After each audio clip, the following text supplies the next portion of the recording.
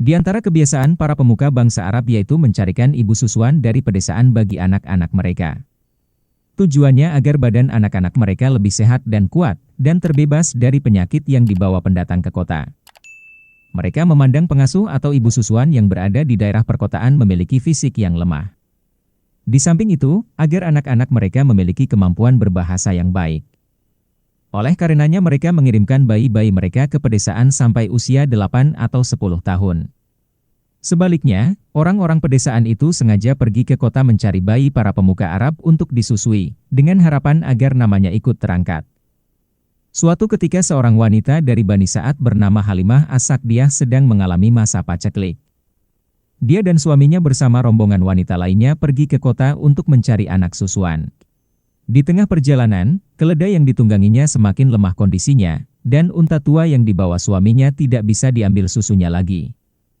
Sepanjang malam mereka kesusahan untuk beristirahat karena bayi yang mereka bawa terus menangis karena lapar. Sesampainya di kota Mekah, mereka mencari bayi untuk disusui. Setiap wanita dari rombongan yang ditawari ibunda Rasulullah pasti menolaknya, setelah tahu bahwa beliau adalah anak yatim. Sebab memang mereka mengharapkan imbalan yang cukup memadai dari ayah sang bayi. Kemudian Aminah menawarkan Rasulullah kepada Halimah. Awalnya Halimah menolak membawa Nabi Muhammad karena ia yatim. Tetapi setelah kesana kemari tidak mendapatkan anak yang akan dibawanya pulang, ia kembali ke rumah Aminah dan menerimanya dengan terpaksa. Dengan jelas ia mengatakan pada suaminya, "Demi Allah, sesungguhnya aku tak ingin kembali bersama rombongan tanpa membawa anak untuk disusui. Sungguh akan kudatangi lagi anak yatim itu, dan benar-benar mengambilnya sebagai anak susuan." Dan ternyata, anak yatim itu memberi keberkahan luar biasa kepada Halimah As-Sa'diyah dan keluarganya. Di perjalanan pulang keledai yang ditungganginya bertambah perkasa dan melaju cepat, unta tua yang semula kurus seketika penuh air susunya. Mereka tidak terbebani dengan kehadiran beliau hingga mereka berdua menikmati hari yang indah setelah membawa anak yang bernama Muhammad SAW itu. Di musim paceklik mereka tidak pernah merasa kenyang sebelumnya. Anak-anaknya terus menangis karena lapar tidak mendapat ASI yang cukup, tiba-tiba kenyang menyusu kepadanya dan tertidur pulas.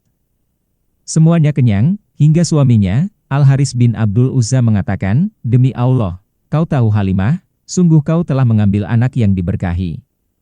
Halimah berkata, "Demi Allah, itulah yang kuharapkan." Semenjak Rasulullah tinggal bersamanya, Halimah As-Sa'diyah tidak pernah kekurangan apapun, semuanya dimudahkan. Air susunya yang biasanya terbatas menjadi melimpah.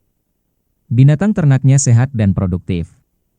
Ia mengatakan, "Sungguh tidak ada tanah yang lebih gersang dari tanahnya Bani Sa'ad, tapi kambingku selalu pulang dengan air susu penuh." Setelah Rasulullah berusia 2 tahun, Halimah As-Sa'diyah membawanya ke Mekah untuk mengembalikannya pada ibunya. Tapi, Halimah merasa berat berpisah dengan Rasulullah.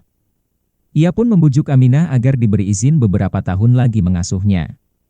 Akhirnya, Aminah memberikan izinnya, dan Rasulullah kembali tinggal bersama Halimah As-Sa'diyah dan keluarganya.